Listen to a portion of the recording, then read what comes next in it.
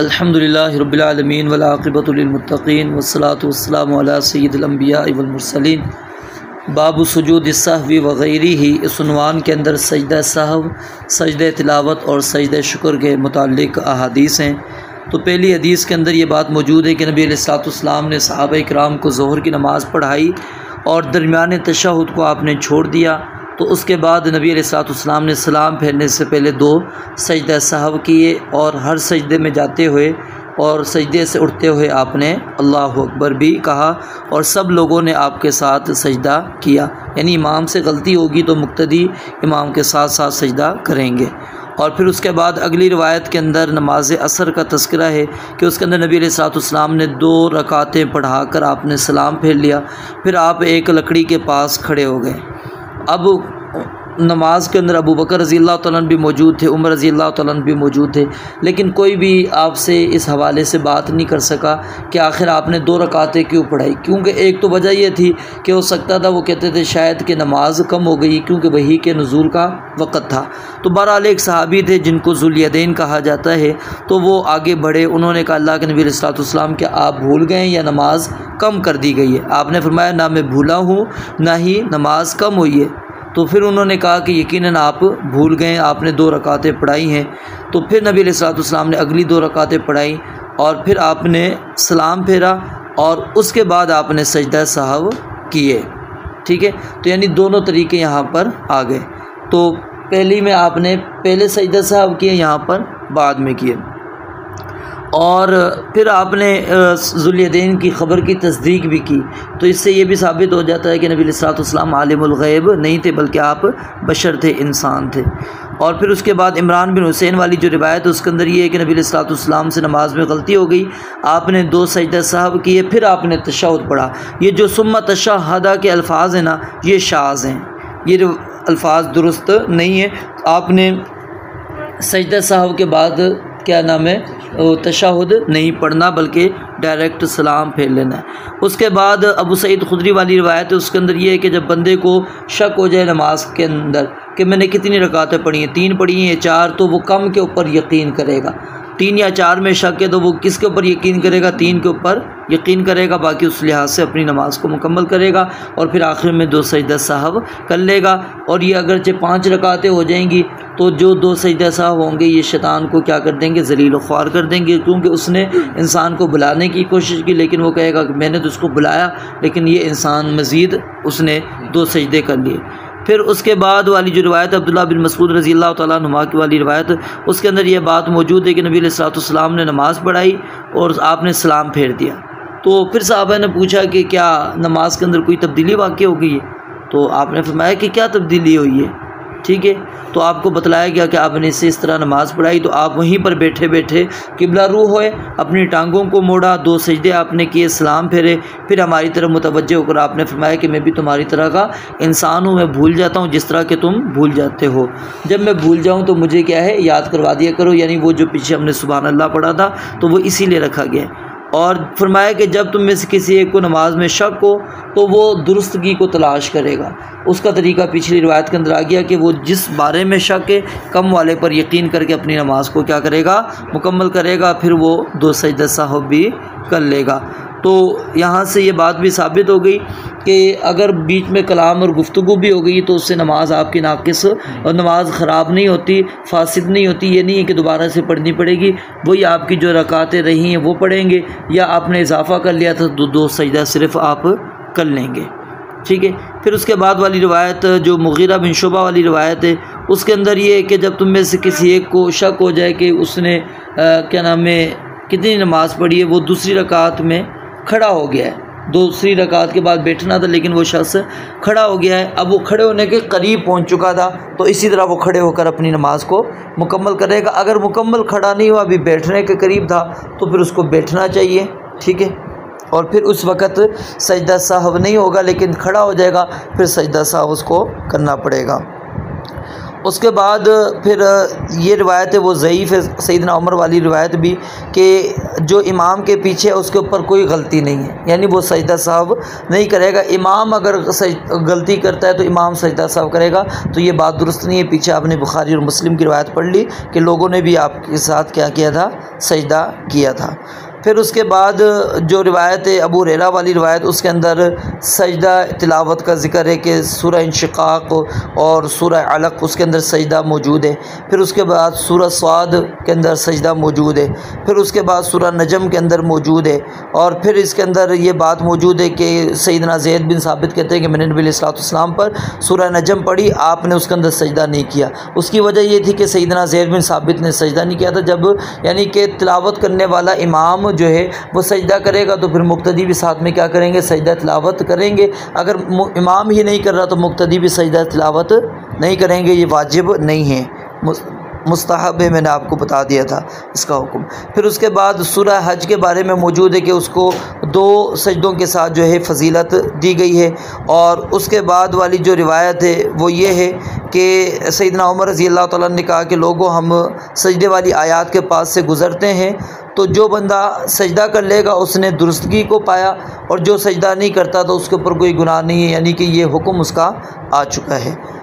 और फिर उसके बाद जो है सैयदना उमर अब सैयदना अब्दुल्लाह बिन उमर रज़ी अल्लाह तआला नुमा कहते हैं कि नबी अलैहिस्सलाम ने हम पर कुरान मजीद पढ़ा, जब सजदे वाली आयत के पास से गुज़रते थे तो अल्लाह अकबर कहते और सजदा करते, और हम भी आपके साथ सजदा करते थे। और मैंने आपको बताया था कि जब नमाज के अंदर आप पढ़ रहे होंगे, सजदा तिलावत आ जाएगा, तो उस वक्त जो है आपने रफ़ुल यदैन करके आपने सजदे के अंदर जाना है, क्योंकि रुकू से पहले वाली जितनी भी तकबीरात है उसके अंदर क्या किया जाएगा, अल्लाह रफ़ुल यदैन किया जाएगा। और फिर उसके बाद अबू बकरा वाली रिवायत, उसके अंदर सजदा शुक्र का ज़िक्र है कि नबी अलैहिस्सलाम के पास जब भी कोई मामला आता, आपको अच्छा लगता तो नबी अलैहिस्सलाम सजदे के अंदर गिर जाया करते थे। और एक मौके पर सैयदना जिब्रील अमीन अलैहिस्सलाम ने आकर बशारत सुनाई आपको। वो बशारत ये थी कि जो बंदा आपके ऊपर दुरूद पड़ेगा उसकी फ़जीलत बयान की। तो नबी अलैहिस्सलाम को जब ये बात पता लगी तो आप सजदा शुक्र करने के लिए आप गिर पड़े।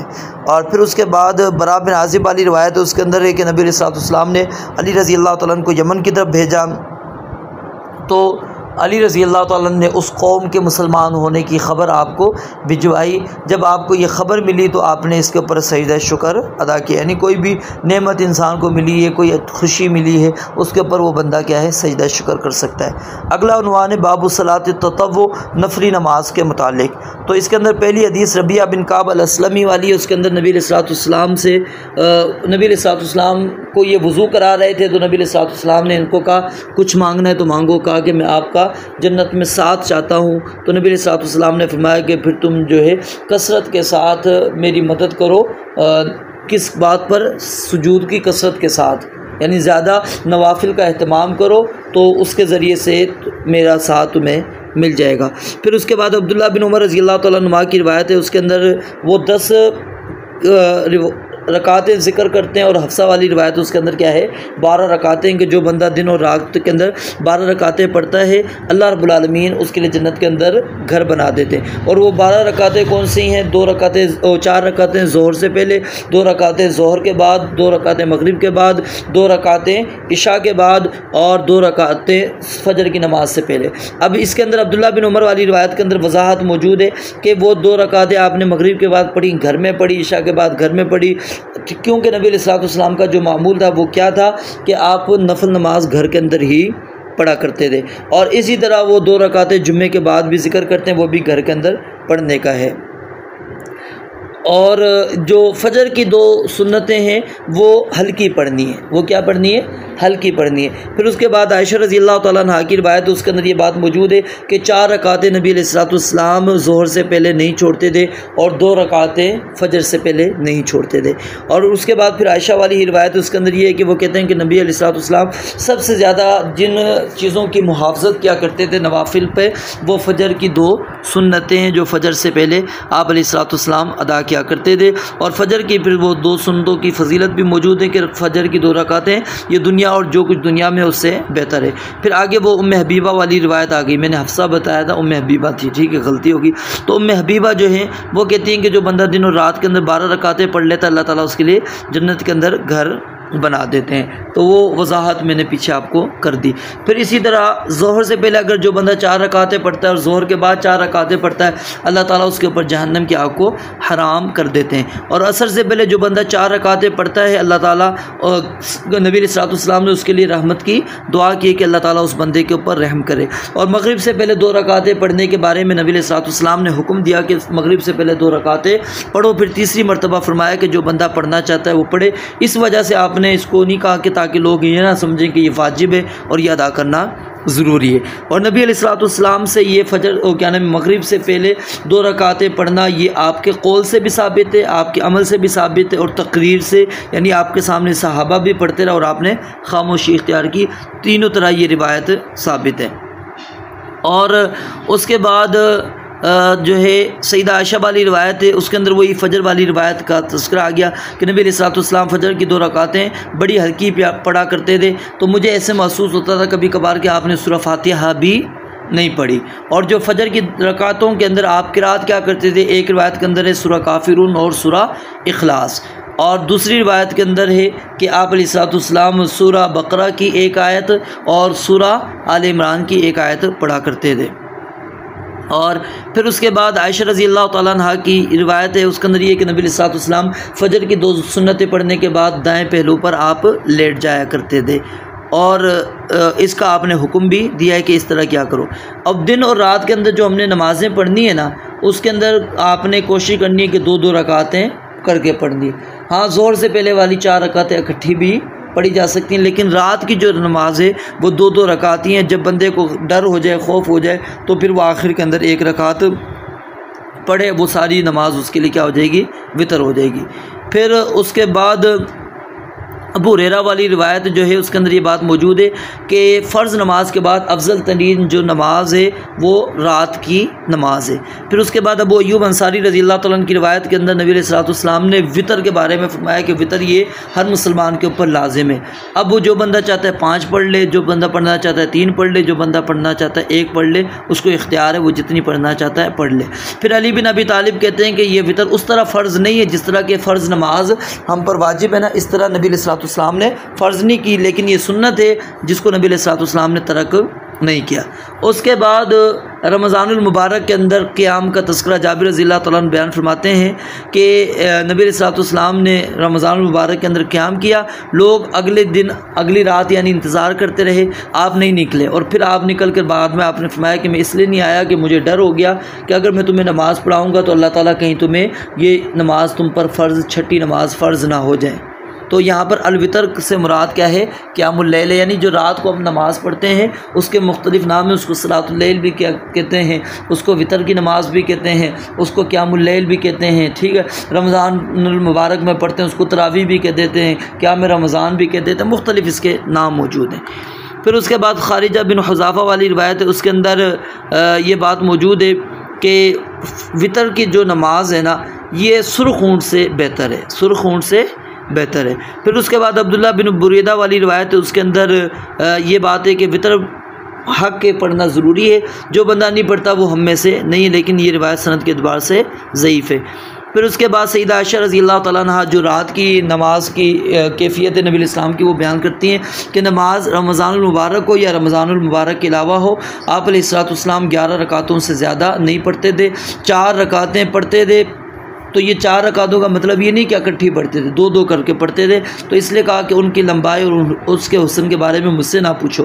फिर 4 रकातें पढ़ते तो उसके हुस्न और उनकी लंबाई के बारे में ना पूछो। फिर उसके बाद 3 वितर पढ़ा करते थे, यानी 11 रकातें इस तरह। तो आयशा कहती हैं मैंने कहा अल्लाह के नबी सल्लल्लाहु अलैहि वसल्लम क्या आप वितर पढ़ने से पहले भी सो जाते हैं? आपने फरमाया कि मेरी आंखें सोती हैं लेकिन मेरा दिल नहीं सोता। ये खासियत थी नबी सल्लल्लाहु अलैहि वसल्लम की, यानी वितर पहले भी पढ़ सकते हैं, बाद में भी पढ़ सकते हैं, इसमें कोई मसला नहीं है। ठीक है, पहले भी आप क़याम कर सकते हैं, बाद में भी क़याम कर सकते हैं सोने से। ये लाजिम नहीं है कि सोना इसके लिए ज़रूरी है। और फिर अगली रिवायत के अंदर ये बात मौजूद है कि आपने 13 रकातें पढ़ी। कितनी रकातें पढ़ी? 13 रकातें, और इसके अंदर जो है ना फ़जर की 2 रकातें उनको मिलाया गया, उस लिहाज से ये 13 रकातें बन गई। फिर उसके बाद सैयदा आयशा वाली ही रिवायत, उसके अंदर ये है कि वो कहती हैं कि 13 रकातें पढ़ी नबी अलैहिस्सलाम ने, और 5 वितर पढ़े। 5 क्या पढ़े? वितर पढ़े। और 5 वितर जब पढ़ने तो दरमियान में नहीं बैठना, सिर्फ आखिरी रकात के अंदर आपने 5वीं के अंदर ही बैठना है। और फिर आयशा रज़ी अल्लाह तआला अन्हा ये बयान करती हैं कि नबी अलैहिस्सलाम ने रात के हर हिस्से में वितर पढ़ा है। ठीक है, आपने हर हिस्से में वितर पढ़ा, यानी किसी भी वक्त आप पढ़ सकते हैं। फिर अब्दुल्ला बिन अमर बिन आस वाली रिवायत है, उसके अंदर ये मौजूद है कि अब्दुल्ला को सैयदना रसूलुल्लाह सल्लल्लाहु अलैहि वसल्लम ने फरमाया था कि तुम फ़लाँ बंदे की तरह ना हो जाना। पहले वो क़ियामुल लैल करता था, बाद में उसने क़ियामुल लैल छोड़ दिया। फिर उसके बाद अली रज़ी अल्लाह तआला अन्हु वाली रिवायत है, उसके अंदर नबी अलैहिस्सलाम ने तरगीब दी है कि अहले कुरान तुम वितर पढ़ा करो, यानी क़ियामुल लैल किया करो, क्योंकि ये वितर है को अल्लाह ताला वितर है, और वितर को क्या करता है? अल्लाह ताला पसंद करता है। यानी पूरी नमाज जो आप आखिर में वितर पढ़ेंगे ना, क्या है आखिरी रकात, वो पूरी नमाज आपकी क्या हो जाएगी? वितर। ये उससे ये मुराद है, ये सिर्फ वितर मुराद नहीं है, वो क़ियामुल लैल मुराद है। क्योंकि अहले कुरान को ख़ास तौर पे ताकीद का मतलब क्या है? ज़ाहिर है उनको कुरान मजीद का हिस्सा याद है, तो अब अगर उन्होंने एक ही वितर पढ़ना है या 3 वितर पढ़ने या 5, उसके अंदर तो इतना लंबा क़याम तो नहीं होगा ना। ठीक है। फिर उसके बाद अब्दुल्ला बिन उमर रज़ी अल्लाह तआला अन्हुमा की रिवायत है, तो उसके अंदर ये बात मौजूद है कि तुम आखिरी नमाज जो है ना अपनी, वो वितर को बनाओ, यानी कोशिश यही करनी चाहिए कि सबसे आखिर में वितर ही इंसान पढ़े। अगर बंदे को डर है, खौफ है कि मैं सुबह फजर में नहीं उठ सकता, तो वो पहले पढ़ के सो जाए, सुबह उठ जाता है तो फिर वो पढ़े। लेकिन फिर वितर जो है ना एक रात में 2 मरतबा नहीं पढ़नी, जो पहले पढ़ लिए वो पढ़ लिए, बाद में आप 2-2 करके अपनी नमाज़ पढ़ते चले जाएं। और फिर वितर के अंदर नबी अलैहिस्सलाम जो 3 वितर पढ़ते थे, उसके अंदर क्या करते थे? पहली में आप सूरह आला पढ़ते, दूसरी में सूरह काफिरून, और तीसरी में सूरह इखलास पढ़ा करते थे। और जब ये तीनों वितर पढ़ते थे तो आप आखिर के अंदर सलाम फेरते थे। और एक रिवायत के अंदर ये बात मौजूद है कि आप आखिरी रकात के अंदर सूरह इखलास के साथ मुअव्वज़तैन भी पढ़ा करते थे। और फिर अबू सईद खुदरी वाली रिवायत, उसके अंदर आपने फरमाया कि फ़जर से पहले जो है वितर पढ़ो। और जिस बंदे ने सुबह की नमाज को यानी फ़जर की वक़्त को पा लिया और उसने वितर नहीं पढ़ा, तो अब उसको वितर पढ़ने की ज़रूरत नहीं, क्योंकि वक़्त निकल चुका है। हाँ, जो बंदा अपने वितर से सो गया था या भूल चुका था, तो जब वो उठेगा या जब उसको याद आएगा वो उस वक़्त पढ़ेगा, क्योंकि उसकी आदत थी लेकिन उठ नहीं सका था। तो अब जब उठेगा, जब याद आएगा वो उस वक़्त पढ़ लेगा। फिर उसके बाद जाबिर रज़ी अल्लाह तआला अन्हु वाली रिवायत है, उसके अंदर ये है कि जो बंदा, वही बात है जो पीछे बता दी थी कि जो बंदा आखिर रात में क़ियामुल लैल नहीं कर सकता, उसको डर है, तो वो शुरू के अंदर पढ़ लेगा। ठीक है, जब शुरू में पढ़ लिए फिर दोबारा उसको वितर पढ़ने की ज़रूरत नहीं है। और फिर उसके बाद अब्दुल्ला बिन उमर वाली रिवायत के अंदर मज़ीद दोबारा वज़ाहत आ गई, जब तुलुए फ़जर हो जाए तो उसके बाद जो है ना सलातुल लैल का वक़्त और वितर का वक़्त जो है ख़त्म हो चुका है। ठीक है, उसके बाद फिर आपने ना सलातुल लैल पढ़नी है, ना ही वितर की नमाज़ पढ़नी है। फिर उसके बाद चाश्त की नमाज़ का तज़किरा मौजूद है कि नबी अलैहिस्सलाम चाश्त की सईदा आयशा बयान फरमाती हैं कि ये मुख्तलिफ़ रिवायत आएंगी। ठीक है, मैंने आपको इसके अंदर तत्बीक भी बताई थी। पहली रिवायत तो उसके अंदर ये कि नबी अलैहिस्सलाम चाश्त की रकातें कितनी पढ़ते थे? 4 पढ़ते थे, कभी कभार उससे ज़ायद भी पढ़ लेते थे। और फिर आयशा रज़ी अल्लाह तआला अन्हा से जब पूछा गया क्या नबी अलैहिस्सलाम चाश्त की नमाज़ पढ़ते थे, तो वो कहती थी कि नहीं, जब सफ़र से आते थे उस वक़्त आप अलैहिस्सलाम पढ़ा करते थे। और फिर आयशा रज़ी अल्लाह तआला अन्हा बयान फरमाती हैं, मैंने नबी अलैहिस्सलाम को कभी भी चाश्त की नमाज़ पढ़ते हुए नहीं देखा, और मैं ख़ुद पढ़ती हूँ। तो इन सारों के अंदर हमने ये बात बतलाई थी कि सईदा आयशा का जो पढ़ना है उसका मतलब ये है कि आप इस तरह, यानी कि उन्होंने उस तरह एहतमाम के साथ नहीं देखा। ठीक है, तो उसकी नफ़ी उन्होंने की है। हालांकि नबी अलैहिस्सलाम ये पढ़ा करते थे, और इसकी ज़्यादा से ज़्यादा रकातें क्या है? वो 8 हैं, 8 रकातें हैं। और आपने ये 8 रकातें जो है उस फ़तह मक्का के मौके पर आप अलैहिस्सलाम ने पढ़ी थी। उसके बाद फिर सलातुल अव्वाबीन, तो सलातुल अव्वाबीन को बाज़ लोग मगरिब के बाद समझते नहीं। सलातुल अव्वाबीन का भी उसके अंदर हदीस के अंदर अल्फाज मौजूद है, जब ऊँट के बच्चे के पाँव जलना शुरू हो जाए, यानी कि ये ज़वाल से पहले का वक़्त होता है। और जो बंदा, फिर उसके बाद रिवायत है वो ज़ईफ़ है कि जो बंदा चाश्त की रकात 12 रकातें पढ़ता है, अल्लाह ताला उसके लिए जन्नत में एक महल बना देते हैं। ये रिवायत क्या है? ज़ईफ़ है। और उसके बाद आयशा रज़ी अल्लाह तआला अन्हा बयान फरमाते हैं कि नबी अलैहिस्सलाम मेरे घर के अंदर दाखिल हुए और आपने 8 रकातें पढ़ी। यानी ये वाज़े कर देती, अगर सईदा आयशा की बिल्कुल नफ़ी होती तो वो यहाँ पर भी क्या कर देती? नफ़ी कर देती। उसके बाद अगला उन्वान है बाबु सलातिल जमाअती वल इमामती, कि जमात के मसाइल और इमामत के मसाइल। तो अब्दुल्ला बिन उमर रज़ी अल्लाह तआला अन्हुमा की हदीस है, उसके अंदर ये बात मौजूद है कि जो बंदा जमात के साथ नमाज़ पढ़ता है उसको 27 या 25 दर्जे ज़्यादा अजर सवाब मिलता है। और फिर उसके बाद अबू हुरैरा और रज़ी अल्लाह तआला अन्हु वाली रिवायत है, उसके अंदर नबी अलैहिस्सलाम ने उस शख्स के बारे में बड़ी सख्त ताकीद की और आपने सख्त नाराज़गी का इजहार किया कि जो बंदा नमाज के अंदर जमात के अंदर शामिल नहीं होता, आपने फरमाया कि मुझे हुक्म दूँ लोगों को जाएँ लकड़ियाँ जमा करें, आग जलाई जाए, फिर उसके बाद मैं जाऊँ घरों में और लोगों को के घरों समेत जला दूँ जो नमाज के अंदर हाजिर नहीं हुए। फिर उसके अंदर आपने फरमाया कि लोगों को अगर पता लग जाए कि नमाज के अंदर जो है ना वो क्या नाम है गोश्त तकसीम होने वाला है, हड्डी तकसीम होने वाली है, तो वो इशा की नमाज के अंदर भी वो हाजिर हो जाएंगे, यानी लालच के अंदर।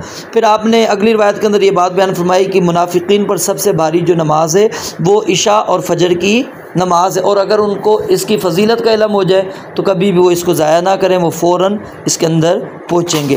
फिर उसके बाद अगली रिवायत के अंदर सैयदना अब्दुल्ला बिन उम्मे मक्तूम रज़ी अल्लाह तआला अन्हुमा, उन्होंने आके नबी अलैहिस्सलाम से पूछा, नाबीना साहबी थे, कि क्या मैं घर के अंदर नमाज़ पढ़ लूँ? आपने पहले तो उनको कहा ठीक है पढ़ लें, बाद में जब जाने लगे तो अल्लाह के नबी अलैहिस्सलाम पर वही आई, आपने उनको बुलाया और कहा क्या तुम अज़ान सुनते हो? उन्होंने कहा अज़ान सुनता हूँ। तो फिर आपने कहा फिर मस्जिद के अंदर आना तुम्हारे ऊपर ज़रूरी है, और जो बंदा बग़ैर उज़र के अज़ान सुनने के बाद मस्जिद में नहीं आता तो उसकी नमाज ही नहीं होती।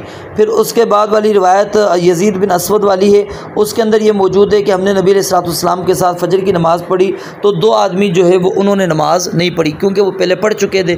जब नबी अलैहिस्सलाम ने सलाम फेरा, आपने उनको बुलाया, वो कांप रहे, तो आपने पूछा कि क्यों दी तुमने नमाज़ पढ़ी? उन्होंने कहा हमने अपने घरों के अंदर नमाज़ पढ़ ली थी। आपने फरमाया कि जब तुम मस्जिद के अंदर आ जाओ, जमात हो रही हो तो जमात के अंदर शामिल हो जाना है। पहली जो तुमने नमाज़ पढ़ी है वो तुम्हारी क्या हो जाएगी?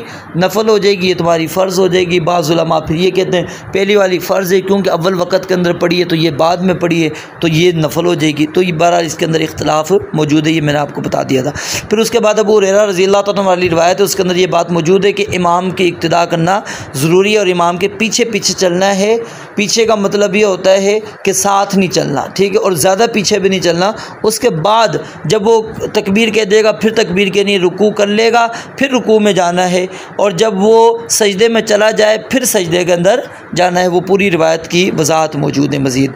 फिर उसके बाद नबी अलैहिस्सलाम ने फरमाया कि मेरे पीछे जो है ना वो लोग खड़े हों जो क्या नाम है अक्लमंद हों, समझदार हों, और फिर लोग पीछे वाले जो हैं अगलों की इक्तिदा करें, अगलों की क्या करें? इक्तिदा करें, और मेरे पीछे जो हैं वो मेरी इक्तिदा करें, ठीक है। फिर उसके बाद अगली रिवायत ज़ैद बिन साबित वाली रिवायत, उसके अंदर नबी अलैहिस्सलाम ने एक हुजरा अपना कमरा बनाया, उसके अंदर आप अलैहिस्सलाम जो है नमाज़ पढ़ा करते थे। लोगों ने आपको तलाश कर लिया, पीछे सफ़े बनाकर आपको नमाज़ पढ़ने लगे। तो ये वही नमाज जो यानी कि तरावी जो आपने पढ़ाई थी 3 दिन, उसी की तरफ इशारा है। और फिर उसके बाद सैयदना जाबिर रज़ी अल्लाह तआला अन्हु की रिवायत है कि उन्होंने अपने साथियों को नमाज इशा वो पढ़ाया करते थे। एक मरतबा उन्होंने बड़ी लंबी किरात करा दी, तो नबी अलैहिस्सलाम को जब पता लगा तो आपने फरमाया कि क्या तुम लोगों को फितने के अंदर मुब्तला करना चाहते हो? तो इसलिए जब भी नमाज़ पढ़ाओ तो सूरा शम्स और सूरा आला, सूरा लैल, सूरा लैल वग़ैरह जो है, सूरा अलक़ वग़ैरह, इसकी तिलावत किया करो, यानी इस तरह छोटी सूरतें जो है पढ़ा करो, लोगों को तकलीफ़ के अंदर मुब्तला ना करो। फिर उसके बाद आयशा रज़ी अल्लाह तआला अन्हा वाली रिवायत है, उसके अंदर ये मौजूद है कि जब नबी अलैहिस्सलाम बीमार हो गए थे उस वक़्त अबू बकर रज़ी अल्लाह तआला नमाज़ पढ़ाते थे। तो एक मरतबा नबी अलैहिस्सलाम आ गए तो आप अलैहिस्सलाम अबू बकर के बाईं तरफ आकर बैठ गए। तो अब लोग अबू बकर की इक्तिदा में नमाज़ पढ़ते थे और अबू बकर जो है नबी अलैहिस्सलाम की इक्तिदा में नमाज़ पढ़ा रहे थे, पढ़ रहे थे।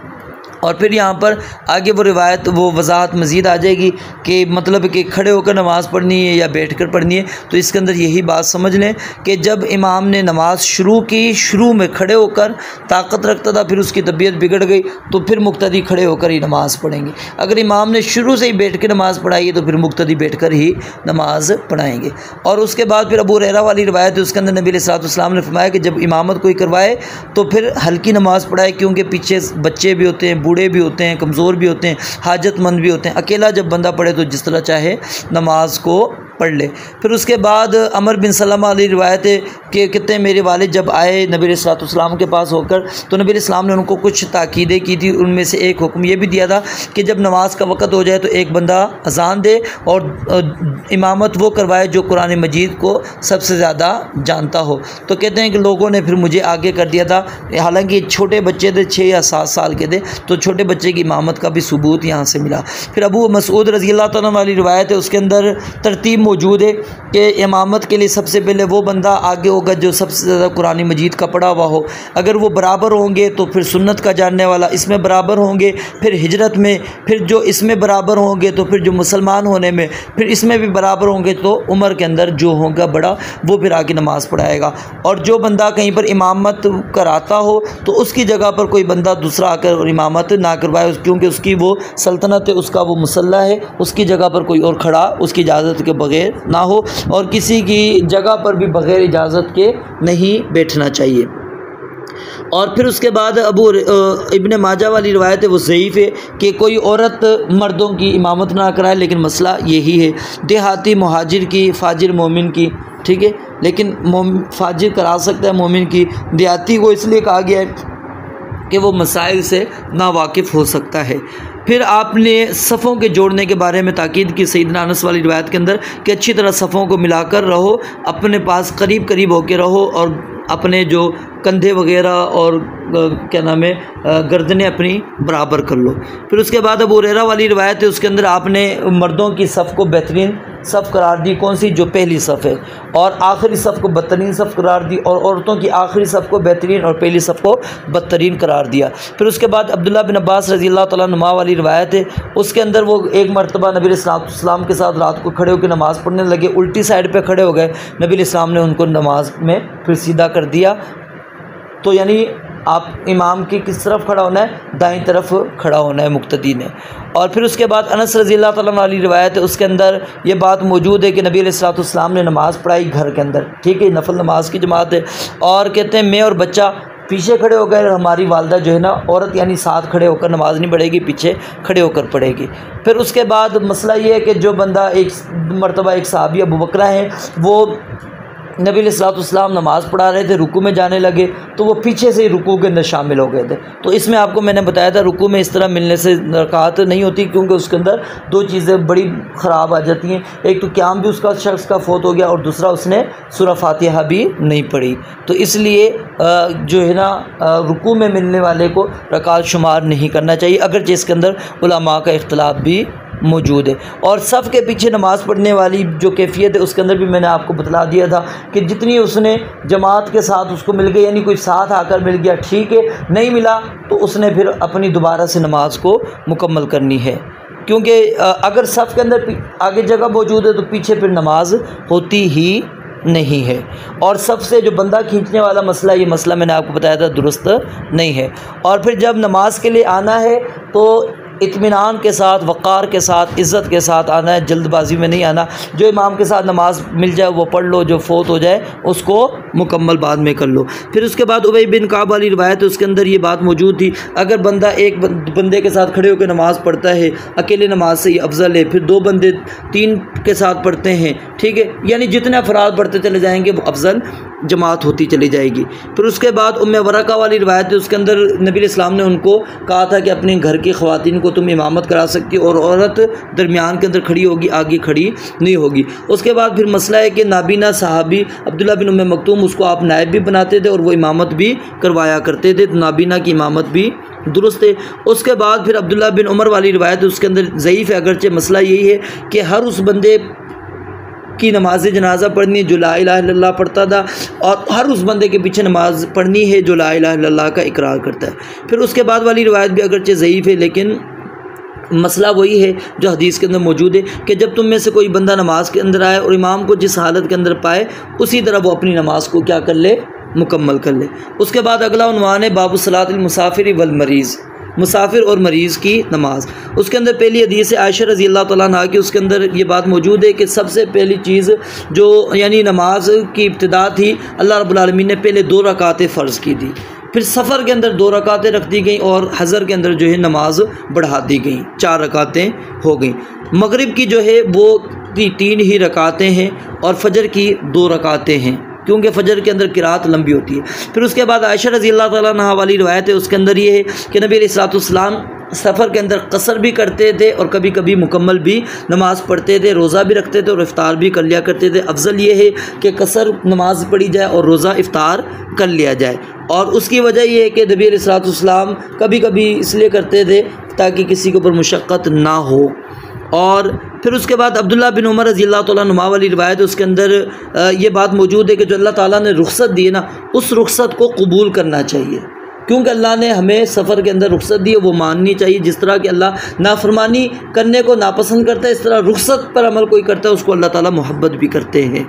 फिर उसके बाद अनस रज़ी अल्लाह ताला वाली रिवायत है, उसके अंदर ये है मुसाफ़त का ज़िक्र है कि कितनी मुसाफ़त के ऊपर आप कसर नमाज़ पढ़ सकते हैं। 3 मील या 3 फरसख यानी 9 मील ये हो जाते हैं। तो 2 रकातें आपने पढ़ी, तो इसके अंदर यानी कि आपकी मंजिल, आपको मैंने बताया था कि अगर वो 9 मील बनती है तकरीबन 22, साढ़े 22, 23 किलोमीटर, अगर इतनी मंजिल है आप अपनी आबादी से निकल कर आपने सफ़र करना है तो फिर आप कसर नमाज ही पढ़ेंगे जब तक वापस घर पे नहीं आते। अगरचे इसके अंदर फिर वो इख्तलाफ भी मौजूद है, मैंने आपको बताया था कि 3 दिन से वो कहते हैं कि अगर ज़ायद कहीं पर रहना हो तो फिर आपने 3 दिन तक कसर कर सकते हैं, उसके बाद आपने मुकम्मल पढ़नी है। फिर कहीं पर 16, 17 वो आगे रिवायात आएंगी, ये सारा मैंने आपको इख्तलाफ बता दिया था, ठीक है। उसके बाद फिर वो ये कि नबी अलैहिस्सलाम ने जो है 12 दिन इकामत आपने क़याम किया तो कसर नमाज पढ़ते रहे, और एक में है कि 19 दिन,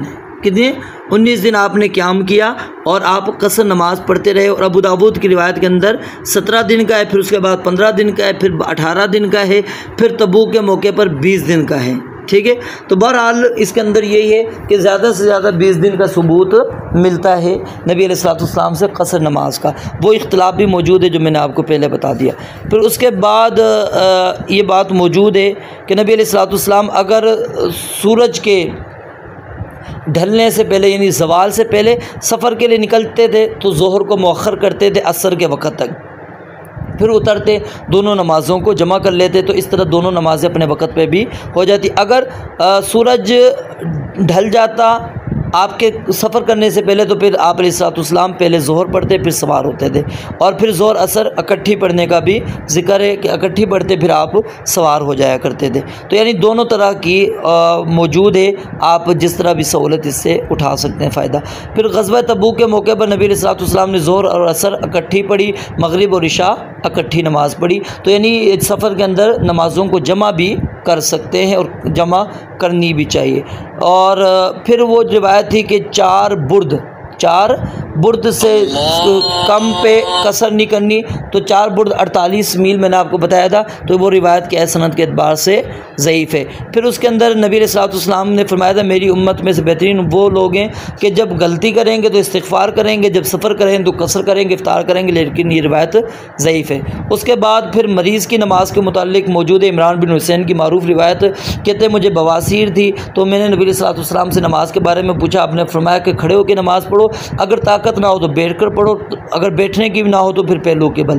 तो यानी कि बंदा फ़र्ज़ नमाज ताकत अगर है तो अगर वो बैठ के पढ़ेगा तो उसकी नमाज नहीं होगी, अगर पढ़ रहा है नफल नमाज तो फिर आधा सवाब उसको मिलेगा। और इसी तरह फिर वही रिवायत जो पीछे भी आपने कल पढ़ ली थी कि नबी अलैहिस्सलाम ने इयादत की थी मरीज़ की, फिर वो तकिया लगाया हुआ तो आपने उठा के तकिया फेंक दिया। और फिर अगली रिवायत, आखिरी जो रिवायत है वो आयशा रज़ी अल्लाह तआला अन्हा की, उसके अंदर क्या है कि वो कहते हैं कि नबी अलैहिस्सलाम को मैंने चौकड़ी मार कर नमाज़ पढ़ते हुए भी देखा, तो इस तरह भी नमाज़ पढ़ सकते हैं, यानी मरीज़ को जिस तरह आसानी हो उस तरह वो नमाज़ पढ़ सकता है।